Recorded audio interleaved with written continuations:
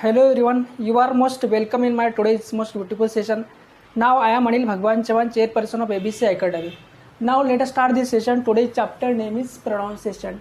This is most beautiful session. Now let's start this session from one most beautiful line. This line is man is the statue of his mistake. तर मित्रांनो, आजच्या सुंदर दिवसाच्या या सुंदर आणि महत्त्वपूर्ण सेशनमध्ये मी अनिल भगवान चव्हाण, संचालक ABC academy, Chikhli district Buldhana. आजच्या सुंदर दिवसाच्या या सुंदर आणि महत्त्वपूर्ण सेशनमध्ये मी तुमच्या सर्वांचं अगदी मनापासून खूप खूप स्वागत करते. खरं तर मित्रांनो, आजचं जे काही चॅप्टर आहे pronunciation, today's you are going to teach you pronunciation.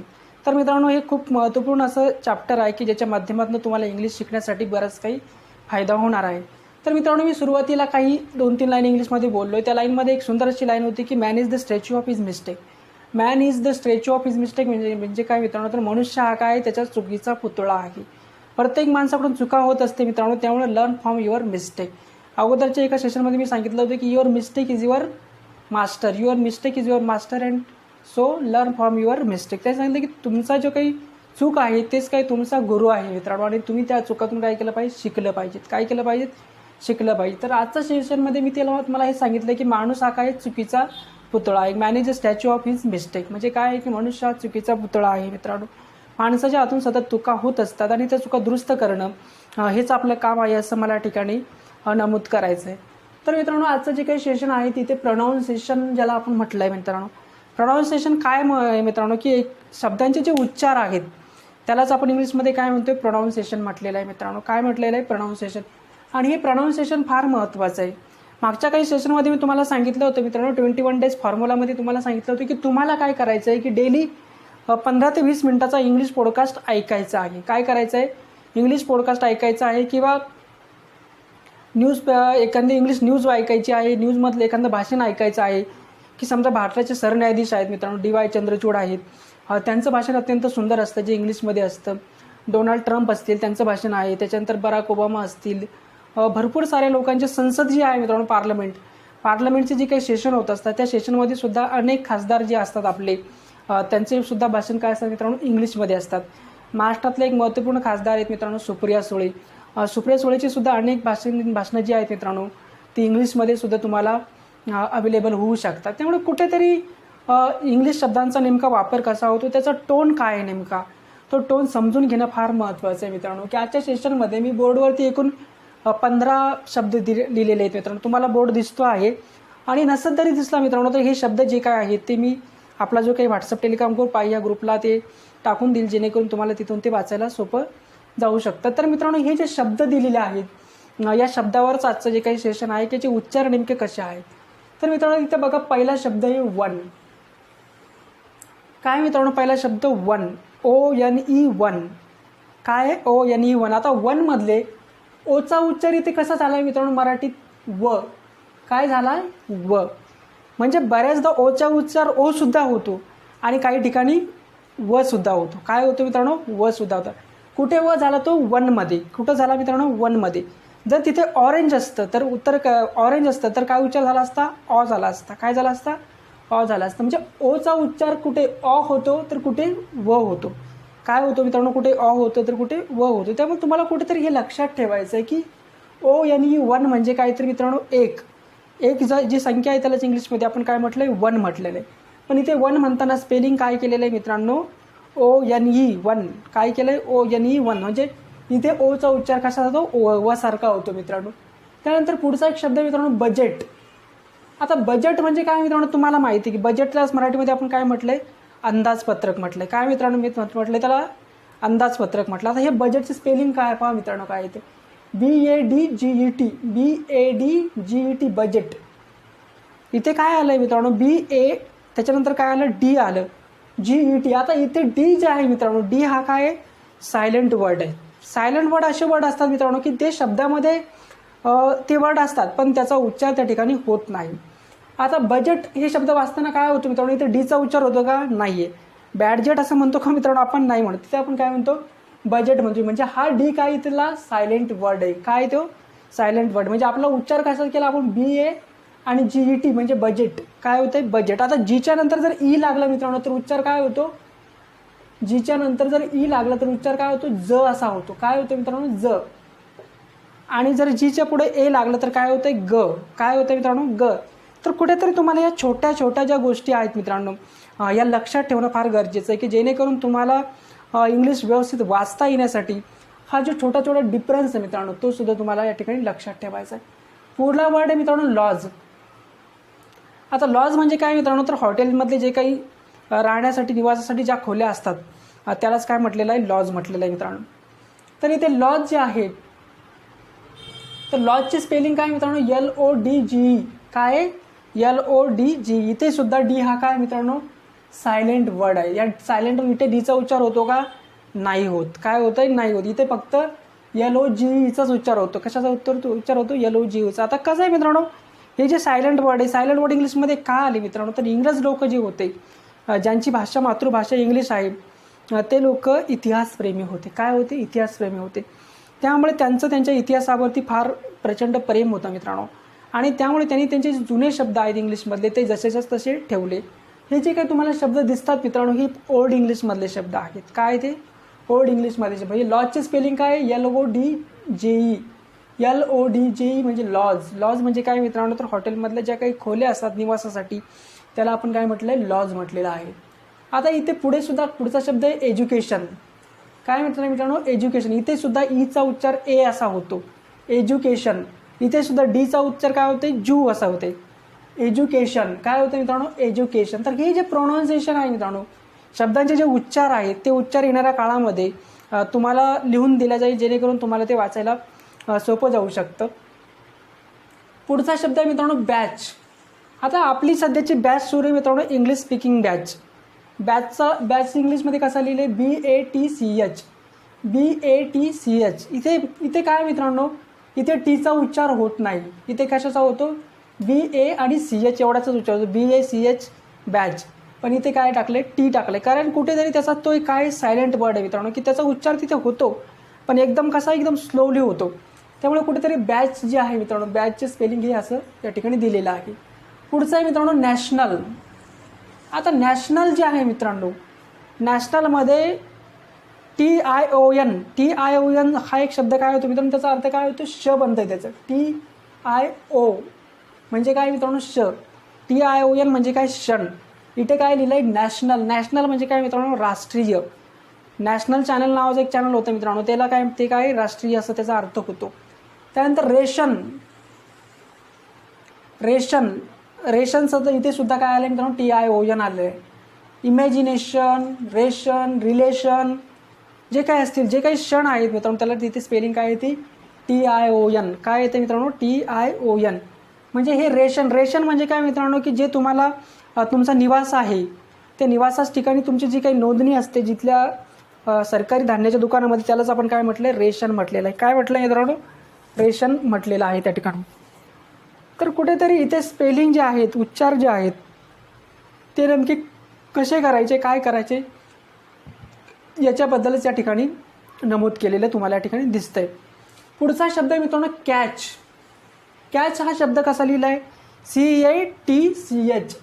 इथे काय, इथे सुद्धा टी हा काय मित्रांनो सायलेंट वर्ड आहे. काय हा तो सायलेंट वर्ड आहे. म्हणजे तुम्हाला हा डिफरंट जो आहे हा थोडासा समजला पाहिजे. काय झाला पाहिजे, हा समजला पाहिजे. त्यानंतर युनियन.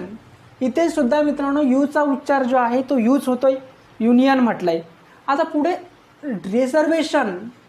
रिझर्वेशन म्हणजे काय मित्रांनो, आरक्षण. इथे सुद्धा काय भीषण आलं आहे. अंडरस्टँड इथे यूचा उच्चार कसा झाला आहे मित्रांनो, अ असा झाला आहे. काय झाला आहे, अ असा झाला आहे. अंडरस्टँड म्हणजे काय, समजणे. म्हणजे इथे यूचा उच्चार काय झाला आहे मित्रांनो, अ असा झालेला आहे. आणि त्याच्याच खाली यूचा उच्चार काय झाला, यू असा झाला. म्हणजे एका शब्दाचे 2 ते 3 प्रकारचे उच्चार या ठिकाणी होतात. हेच आपल्याला या ठिकाणी लक्षात घ्यायचं आहे. पुढचं आहे मित्रांनो ओपन.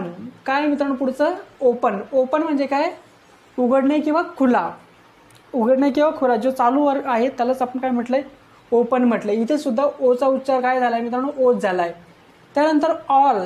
आता इथे सुद्धा एचा उच्चार काय झाला, ऑ असा झाला. काय झाला, ऑल. त्याच्यानंतर पुढे बॉलमध्ये सुद्धा एचा उच्चार काय झाला आहे, ऑल असा झाला आहे. त्यानंतर केमिस्ट्री. केमिस्ट्री हे शब्द तुम्ही ऐकलेले आहेत मित्रांनो. केमिस्ट्री म्हणजे काय, भौतिकशास्त्र ज्याला आपण म्हटलेले, त्यालाच इंग्लिशमध्ये काय म्हटलंय, केमिस्ट्री म्हटलं मित्रांनो. काय म्हटलंय? केमिस्ट्री. आता स्पेलिंग काय केमिस्ट्रीचं? CHEMESTRY.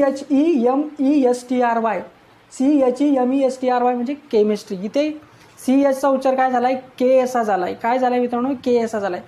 प्रॉपरली जर कधी त्याचा उच्चार आपण कधी केला तर CH म्हणजे काय? च असं होतं. काय होतं? च. आता माझं नाव चव्हाण आहे, आडनाव चव्हाण, CHAVN चव्हाण. काय आहे? CHAVN चव्हाण. किंवा काही मंडळी जे आहे CHAVHAN असं सुद्धा लिहितात.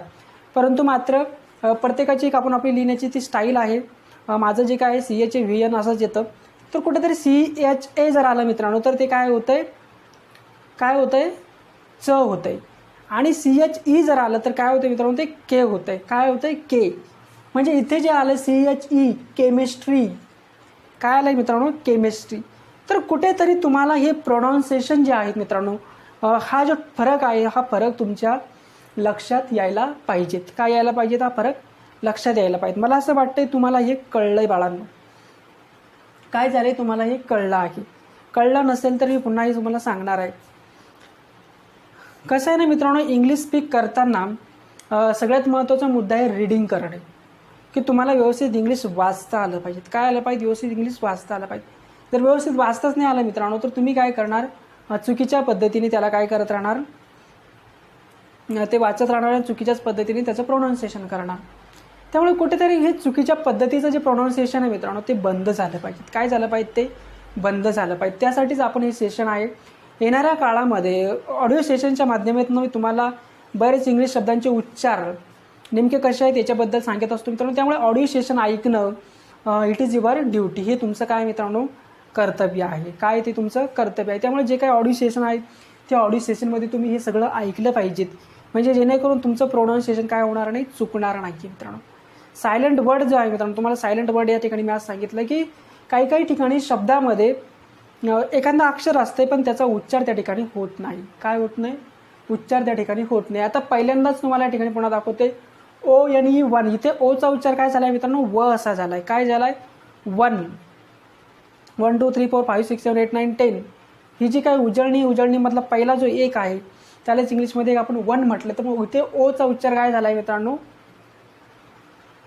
काय झाला आहे? व झाला आहे. काय झाला आहे? ओ झाला. व झाला. आणि व साठी इंग्लिशमध्ये शब्द काय वापरतो आपण? व्ही वापरतो किंवा W वापरतो.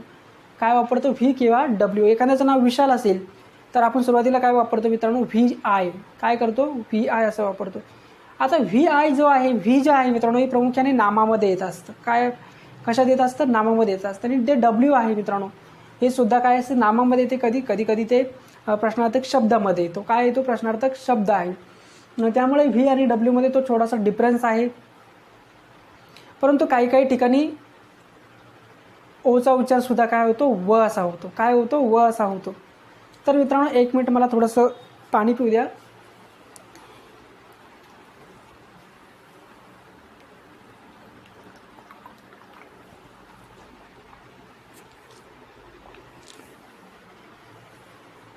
तर मित्रांनो लक्ष द्या. सेकंड वर्ड होता बजेट. बजेटची स्पेलिंग काय? BADGET. BADGET. तर इथे सुद्धा डीचा उच्चार काय होतो मित्रांनो? होत नाही. तिथे डी काय आहे? तो सायलेंट वर्ड आहे. काय आहे तो? सायलेंट वर्ड आहे. त्यामुळे कुठेतरी तुमच्या हे थोडंसं लक्षात आलं पाहिजे. पुढचा शब्द आहे लॉज. LODGE. लॉज. लॉज म्हणजे काय? तर ज्या हॉटेलमधल्या ज्या निवासाच्या रूम असतात त्यालाच लॉज म्हटलेलं आहे. एज्युकेशन. इथे सुद्धा डीचा उच्चार काय झाला आहे? जू असा झाला आहे. एज्युकेशन. एज्युकेशन म्हणजे काय मित्रांनो? शिक्षण. एज्युकेशन म्हणजे काय? शिक्षण. जे शिक्षण तुम्ही घेताय त्यालाच इंग्लिशमध्ये एज्युकेशन म्हटलं आहे. TION चा उच्चार काय होतो मित्रांनो? क्षण. काय होतो? क्षण. काय होतो? क्षण. म्हणजे एज्युकेशन. एज्युकेशन. त्याच्यानंतर बॅच. इथे सुद्धा टीचा उच्चार काय मित्रांनो? सायलेंट वर्ड म्हणून आहे. काय येतो? सायलेंट वर्ड आहे. BATCH म्हणजे बॅच म्हणजे काय? तुम्ही जी बॅच लावली त्यालाच बॅच म्हटलं आहे. ठीक आहे. बॅच म्हणजे काय? क्लास वगैरे ज्याला आपण. नॅशनल. नॅशनल म्हणजे काय मित्रांनो? राष्ट्रीय. तर इथे सुद्धा TION असं त्या ठिकाणी लागलं आहे. रेशन. इथे सुद्धा TION या ठिकाणी लागलेलं आहे मित्रांनो. त्यानंतर पुढे मित्रांनो कॅच. CATCH. कॅच म्हणजे काय मित्रांनो? पकडणे. कॅच म्हणजे काय? पकडणे. जे पकडतो आपण त्यालाच इंग्लिशमध्ये कॅच म्हटलं. इथे सुद्धा डीचा उच्चार होत नाही आहे. पुढे अंडरस्टँड. अंडरस्टँड म्हणजे काय मित्रांनो? समजणे. अंडरस्टँड म्हणजे काय? समजणे. डिड यू अंडरस्टँड म्हणजे काय? तुम्हाला समजलं का? डीड यू अंडरस्टँड म्हणजे काय, तुम्हाला समजलं का? लेट अंडरस्टँड म्हणजे काय मित्रांनो, चला समजून घेऊया. लेट अंडरस्टँड म्हणजे काय, चला समजून घेऊया. तर कुठेतरी हे जे अंडरस्टँड आहे, हे अंडरस्टँडच्या बद्दल इथे या ठिकाणी अंडर, इथे सुद्धा यूचा उच्चार काय झाला, असा झाला आहे. पुढे युनियन, इथे सुद्धा यूचा उच्चार यू असा झाला आहे. रिझर्वेशन आहे, ओपन आहे, ऑल आहे, ऑलच्या ठिकाणी एचा उच्चार ऑ असा झाला आहे. आणि बॉलच्या ठिकाणी सुद्धा ऑ असा झाला आहे. CHE के काय होते, CHE के, आणि केला इंग्लिशमध्ये आपण के सुद्धा वापरू शकतो. के हा शब्दसुद्धा आपण तिथे के सुद्धा वापरतो. तर कुठेतरी हे जे प्रोनाऊन्सिएशन आहे मित्रांनो, हे प्रोनाऊन्सिएशन व्यवस्थित होणं फार गरजेचं आहे असं मला या ठिकाणी वाटतंय. आणि कुठेतरी तुम्ही व्यवस्थित प्रोनाऊन्सिएशन कराल जेणेकरून तुमच्या शब्दाचे उच्चार चुकणार नाहीत. जर तुमचे उच्चार चुकले नाही तर तुम्हाला चांगल्यापैकी इंग्लिश अवगत होऊ शकतं. का होऊ शकतं मित्रांनो, चांगल्यापैकी इंग्लिश अवगत होऊ शकतं. तर मला आशा आहे की तुम्ही येणाऱ्या काळात या सर्व गोष्टीचा चांगला फायदा करून घ्याल. तर मित्रांनो, मी तुम्हाला मागच्याच काही सेशनमध्ये स्पष्ट केलं आहे की इंग्लिश शिकण्यासाठी 21 days formula it is a best formula आहे. 21 दिवसातच तुम्हाला इंग्लिश शिकायचं आहे मित्रांनो. तुम्हाला मी तिथे स्पष्ट सांगितलं होतं की तुम्हाला डेली इंग्लिश 21 शब्द, 21 वाक्य, 21 मिनिटाचं ABC सरांचं व्हिडिओ सेशन, 21 मिनिटाचा ऑडिओ पॉडकास्ट, आणि उर्वरित जे काही 21 मिनिटं आहेत ते तुम्हाला न्यूजपेपरसाठी द्यायचे आहेत, न्यूजपेपर रिडिंगसाठी ते तुम्हाला द्यायचं आहे असं मी तुम्हाला या ठिकाणी नमूद केलं होतं. आणि तुम्ही त्या फॉर्म्युल्यानुसार अभ्यास करत असाल अशी मला आशा आहे. अभ्यासाच्या बाबतीत तुम्ही आळशी नाहीत असं मला वाटतंय. कदाचित बरेच विद्यार्थी आळशीच आहेत असं सुद्धा मला वाटतंय. कारण कसं आहे ना मित्रांनो, की जे काही सेशन आहेत ते तुम्ही कंटिन्यू केले पाहिजेत. जे काही मी तुम्हाला शिकवत असतो मित्रांनो, तुम्हाला शिकवण्यासाठी मला बराचसा माझा वेळ गमवावा लागतो. जवळपास म्हणजे तरी 2 ते 2.5 तास माझे डेली तुमच्यासाठी जातात. तुमचं सेशन सगळं 1 तासाचं आहे मित्रांनो, पण त्यासाठी माझे 2 तास जातात. तुमचं स्टडी मटेरियल टाईप करावं लागतं, लेक्चर घ्यावं लागतं, त्यानंतर ग्रुपला जे काही मेसेज आहे सगळे शब्द वगैरे सगळं टाईप करून तुमच्या ग्रुपला टाकावं लागतं. त्यामुळे कुठेतरी तुम्ही त्याची जाणीव ठेवली पाहिजे. काय ठेवलं पाहिजे, त्याची जाणीव ठेवली पाहिजे की बाबा रे सर आपल्यासाठी एवढा 2 तासाचा वेळ देतो, तर आपण 1 तास खर्च करायला काय प्रॉब्लेम आहे. काय प्रॉब्लेम आहे मित्रांनो, तर काहीच प्रॉब्लेम नाही आहे मित्रांनो. त्यामुळे मला आशा आहे की तुम्ही येणाऱ्या काळामध्ये तुमचा जो काही प्रत्येक क्षण आहे, जो महत्त्वाचा क्षण आहे, एक तास जो आहे तो नक्कीच या कोर्ससाठी द्याल आणि लवकरात लवकर इथून इंग्लिश शिकून पुढे जाऊ शकाल. सेशनकडे बघूया. सेशन तुम्हाला कळलं आहे अशी या ठिकाणी मी आशा व्यक्त करतो. 1चा उच्चार करताना इथे व असा झालेला आहे मित्रांनो. इथे BAD बजेट म्हणजे काय, तर अर्थसंकल्प जो आहे तिथे सुद्धा BAD लागलं. डीचा उच्चार त्या ठिकाणी होत नाही आहे. लॉज आहे मित्रांनो, लॉज आहे. काप म्हणजे काय मित्रांनो, काप म्हणजे काय, चाकू. काय काप म्हणजे काय, तर चाकू. आता चॉक म्हणजे काय, खडू. आता चॉकची स्पेलिंग काय होती मित्रांनो इंग्लिशमध्ये? चॉकची स्पेलिंग काय होती? CHALK, chalk. CHALK काय होते मित्रांनो? आपलं काय होते? CHALK, चॉक म्हणजे काय, खडू. आता इथे CHAL ची काय गरज आहे? काहीच नाही आहे. परंतु इथे यल काय मित्रांनो, सायलेंट वर्ड आहे. काय तो? सायलेंट वर्ड आहे. म्हणून काय झालं, ते चॉक असा झाला आहे त्याचा उच्चार. त्यामुळे असे बरेच काही सायलेंट वर्ड आहेत मित्रांनो जे इंग्लिशमध्ये वापरले जातात. याचे असे बहुतांश सायलेंट वर्ड असणारे जे शब्द आहेत ते मी तुम्हाला लिहून देणार आहे, जेणेकरून तुम्हाला तुमचं इंग्लिश सुधारताना त्याचा उपयोग होऊ शकतो. काही विद्यार्थी आहेत की त्यांना प्रोनाऊन्सिएशन त्यांचं व्यवस्थित होत नाही, शब्दाचे अर्थ जे आहे, शब्दाचे उच्चार त्यांच्याकडून व्यवस्थित होत नाहीत. त्यामुळेच मी तुम्हाला हे सांगण्याचं जे काही प्रायोजन या ठिकाणी केलेलं आहे मित्रांनो. पुढचा शब्द होता एज्युकेशन. एज्युकेशन म्हणजे काय मित्रांनो? शिक्षण. काय ते तुमचं शिक्षण आहे. टीचिंग ज्याला म्हटलं आहे आपण, टीचिंग असेल, एज्युकेशन, हे दोन्हीचे अर्थ एकच होते. फक्त टीचिंग म्हणजे काय, प्रत्यक्ष शिकवणे, आणि एज्युकेशन म्हणजे ती पूर्ण प्रक्रिया जी आहे त्याला त्या ठिकाणी एज्युकेशन हा शब्द या ठिकाणी येतो. त्यानंतर बॅच, BATCH, बॅच म्हणजे काय, तर तुमचा जो काही गट आहे त्यालाच आपण काय म्हटलं आहे, बॅच म्हटलेला आहे. नॅशनल तर इथे TION, नॅशनल. रेशन म्हणजे काय, तर तुमचं निवास वगैरे जे आहे त्यालाच आपण काय म्हटलं आहे, दुकानाकडे जी नोंद आहे त्यालाच आपण रेशन म्हटलं. इथे TION म्हणजे क्षण असा उच्चार होतो. रेशन, इथे सुद्धा आरच्या पुढे ए लागलं तर त्याचा उच्चार काय झाला, रे झाला. तर इथे थोडासा डिफरंट आहे मित्रांनो, हा लक्षात घेतला पाहिजे. कॅचमध्ये सुद्धा आपण CATCH कॅच म्हणजे काय, पकडणे. आता इथे सुद्धा टीचा उच्चार होतो का मित्रांनो? नाही होत. काय होते? नाही होत. CATCH कॅच म्हणजे काय, पकडणे. अंडरस्टँड म्हणजे काय, समजणे. इथे सुद्धा यूचा उच्चार कसा झाला, अ झाला. इथे सुद्धा व झाला, ओचा उच्चार. त्यानंतर युनियन म्हणजे काय मित्रांनो, संघटना. काय आहे ती संघटना, union public service commission. Union म्हणजे काय, संघटना. तर इथे सुद्धा यूचा उच्चार यूज जसा झाला. त्यानंतर रिझर्वेशन म्हणजे काय, तर आरक्षण. त्यानंतर ओपन म्हणजे काय, खुला. ओपनचा उच्चार, इथे ओचा उच्चार काय झाला, ओच झाला. त्यानंतर ऑल, इथे एचा उच्चार काय झाला, ऑ असा झालेला आहे. बॉल, ऑल, बॉल, टॉल जे काय आहे मित्रांनो, तिथे सुद्धा एचा उच्चार काय होतो, ऑ असा होतो. म्हणजे एच्या नंतर डबल एल जर कधी आलं तर एचा उच्चार ऑ असा होतो. आणि त्यानंतर केमिस्ट्री तर इथे सुद्धा CHE लागलं, त्यामुळे काय झालं, ते केमिस्ट्री झालं. तर मित्रांनो, हे होतं आपलं आजचं सेशन. आजचं सेशन कसं वाटलं, काय वाटलं, याच्याबद्दल मला तुमच्या कमेंट कळवा. काही अडचण असेल मित्रांनो तर तुम्ही जो काही आपला व्हॉट्सअप टेलिग्राम ग्रुप आहे तिथे मला कमेंट करून सांगू शकता, मला कॉल करू शकता, मेसेज करू शकता. मी अगदी तुमचा मित्र म्हणून तुम्हाला नक्कीच प्रत्येक गोष्ट या ठिकाणी समजून सांगेल. तुमचे जे काही अभ्यासाच्या विषयी जे प्रॉब्लेम असतील ते सुद्धा सॉल्व करण्यासाठी मी जिंदाबाद आहे मित्रांनो. त्यामुळे जिंदाबादचाच नारा लागला पाहिजे. तर हे सगळं सेशन तुम्हाला कळलं आहे. सायलेंट वर्ड जे आहेत मित्रांनो, हे सगळे सायलेंट वर्ड जे आहेत ते आपल्या ग्रुपला तुमच्याकडे देण्यात येतील. आतापर्यंत जे काही सेशन झाले आहेत मित्रांनो, हे सर्व सेशन अगदी मन लावून तुम्ही केले पाहिजे. दर शुक्रवार किंवा शनिवारला आपण काय करत असतो की आठवड्याभरात जेवढे काही सेशन झालेले आहेत ते सर्व सेशन एकत्रित करून काय टाकत असतो, ग्रुपला टाकून देत असतो. जेणेकरून तुम्हाला ते सगळे, म्हणजे एखाद्या विद्यार्थ्याने मध्यंतरीच्या काळात जर बघितले नसेल तर त्याला काय होऊ शकतं, ते शनिवारी वगैरे ते बघता येऊ शकतात. त्यामुळे कुठेतरी जे काही सेशन आहेत ते सगळे सेशन कंटिन्यू बघा, म्हणजे जेणेकरून तुम्हाला तुमच्या अभ्यासात त्याचा फायदा होईल. येणाऱ्या काळात आपण कंटिन्यू भेटत राहूयात. तोपर्यंत thank you so much once again.